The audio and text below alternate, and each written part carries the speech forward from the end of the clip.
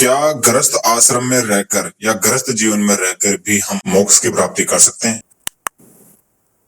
हाँ, ये जो सवाल है आपका, ये जन कल्याणकारी और एक उत्तम कोटि का जो आपने प्रश्न किया है। मोक्ष, मोह का कस हो जाना ही मोक्ष है। अब बात करते हैं हम वानप्रस्थ आश्रम। बिल्कुल ग्रस्त में रहकर मनुष्य अपनी मोक्ष चाह सकता है, और आज तक हजारों भक्तमाल भरी हुई है और उसमें हजारों गृहस्थियों के उदाहरण है।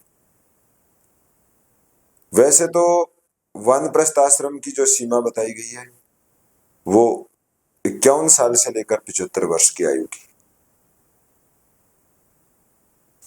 अब वानप्रस्थ का अर्थ होता है वान, वान अर्थात वन, प्रस्थ यानी प्रस्था। जब मनुष्य, शास्त्रों में ऐसा लिखा है कि गृहस्थी के कार्य 25 वर्ष तक अगर कोई लगातार कर लेता है तो फिर इस जगत से मोह भंग होना असंभव है और वो एक साथ संन्यास में प्रवेश नहीं करता, कर भी नहीं सकता है, क्योंकि कोई चीज एक साथ छूट नहीं सकती।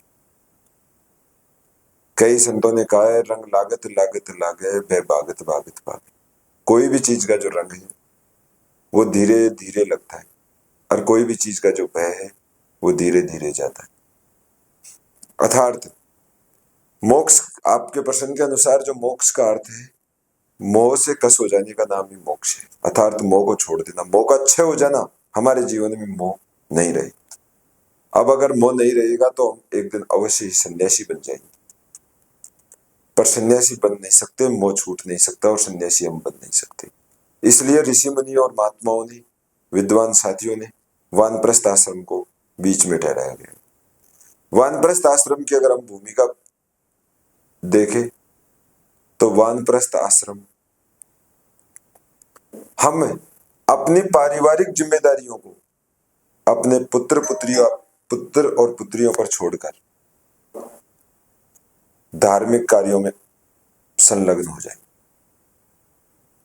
हमारे 50 वर्ष की उम्र तक जो भी ज्ञान अर्जित किया है, जो भी हमने संसार में आकर सीखा है, अच्छी बात है, पॉजिटिव थिंकिंग्स, जो अच्छा सोचा है हमने, वो हम आने वाली भावी पीढ़ी के हम मार्गदर्शन करें। जैसे शास्त्रों में आगे बताया है, याज्ञिक कर्म करें, नित्य कर्म प्रतिदिन करें। वानप्रस्थी को समय पर नित्य कर्म करना आवश्यक है, क्योंकि अगर नित्य कर्म से हम हमारे शरीर को स्वस्थ नहीं रखेंगे तो फिर आलस्य आना स्वाभाविक। इसलिए वानप्रस्थ आश्रम मनुष्य को अपने जीवन में अनेक सम और विषम परिस्थितियों से लड़ने तथा अपने शरीर को सुडौल, मजबूत तथा अपनी भावनाओं को समाज के कार्यों में संलग्न करता है। और वानप्रस्थ आश्रम यह कहता है कि अगर कोई गृहस्थ से आता है तो उसे तुरंत ही पति और पत्नियों के साथ अनेक धार्मिक कार्यक्रम करवाने चाहिए। हमारे सनातन धर्म में पति और पत्नी के साथ बैठकर जो याज्ञ कर्म करने की, धार्मिक अनुष्ठान करने की जो परंपरा है, उनका निर्वाह करे, समाज का मार्गदर्शन करे और अपनी नजरों में अपनी भावी पीढ़ी की सुरक्षा भी करता रहे। यह वानप्रस्थी का महत्व है। परंतु आजकल पर्यावरण को देखकर, आजकल के परिवेश को देखकर वानप्रस्थ आश्रम का कोई विशेष महत्व नहीं। साथियों, आम जिंदगी भागदौड़ वाली ऐसी बन गई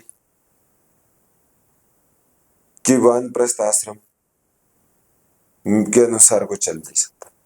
इसलिए शास्त्रों में ऐसा भी कहा गया है, एक घड़ी आदि में पुनियाद, तुलसी संगत साध की हरे करोड़ अपराध। हजारों अपराध करके भी अगर हम वानप्रस्थी भी नहीं बन सकते गृहस्थ से, तो चिंता की बात नहीं। फिर भी सुबह शाम अपनी जिंदगी में सुबह शाम का समय निकालकर हमें परमार्थिक, धार्मिक कार्य और सामाजिक कार्य, इन तीनों में समय लगाना चाहिए। साथियों, वैसे वानप्रस्थ का जो मेन लक्षण है वो यही है, परमार्थिक अर्थात जीवों पर दया करनी चाहिए, निस्वार्थ भाव से, धार्मिक अर्थात धार्मिक कार्यों में हमें संलग्न रहना चाहिए, और सामाजिक अर्थात जो समाज के लिए। वानप्रस्थी का यही पर्पज होता है कि वो अपनी जिंदगी का ज्यादा से ज्यादा सही और गलत का जो निर्णय है उसको अपनी आने वाली पीढ़ियों को सही ज्ञान दे तथा उनको सामर्थ्यवान बनाए, उन्हें प्रोक्षता प्राप्त करवाए ताकि वो भटके नहीं। आने वाली पीढ़ी की वानप्रस्थियों के जिस प्रकार गृहस्थी के अगर से कंधों पर तीनों आश्रमों का बोझ है, ब्रह्मचर्य, वानप्रस्थ और संन्यास, इन तीनों की सुरक्षा करना और इन तीनों का गुजर बसर करना ये गृहस्थी की जिम्मेदारी है। उसी प्रकार वानप्रस्थ आश्रम में रहने वाली अर्थात 51 से 75 वर्ष की आयु के सभी धर्म प्रेमियों के कंधों पर यह भार है कि आप अधिक से अधिक समय गृहस्थी और ब्रह्मचारी आश्रम से जो उनकी पीढ़ी गुजर रही है, जो उनके अनुज वहां से निकल रहे हैं, उन पर ध्यान रखें और उनका मार्गदर्शन करें, क्योंकि मार्गदर्शन किए बिना व्यक्ति भटक जाता है। अब एक उदाहरण के जरिए हम समझते हैं। जब हम कोई मकान बनाते हैं, और एक मकान तो वो होता है जिसकी दीवारें खड़ी करके छोड़ दी जाए, प्लास्टर करवा दे, नीचे छत बढ़िया मार्बल्स की लगवा दे और उसके ऊपर छत का दबाव नहीं रखे, केवल दीवारें छोड़ दे।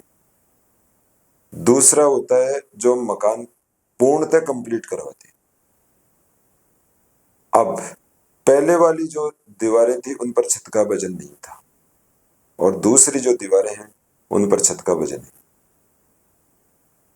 परंतु पहले जो बिना छत के वजन वाली हैं वो दीवारें साल 2 साल अधिक से अधिकतम 5 या 7 वर्ष में वो टूटकर जीर्ण शीर्ण अवस्था में नीचे गिर जाएंगी।